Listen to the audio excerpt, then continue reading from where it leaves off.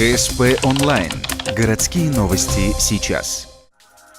Скоро новогодние праздники. Многие уже успели нарядить праздничную елку, кому-то это еще предстоит. Но, чтобы праздник обошелся без эксцессов, стоит помнить о противопожарной безопасности.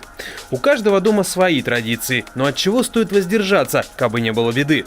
Например, елку нужно ставить в метре от пола и стен, и чтобы она не мешалась и не перегораживала проход. А что еще? Украшать необходимо игрушками, ни в коем случае не ватой, марлей, бумажными какими-то украшениями.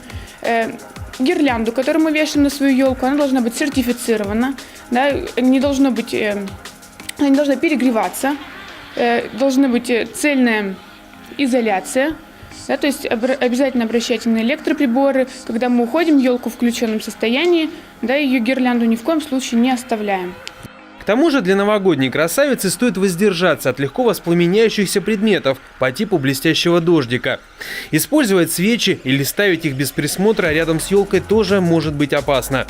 Впрочем, статистика утешает. За последние годы из-за возгорания новогодней елки случился только один пожар.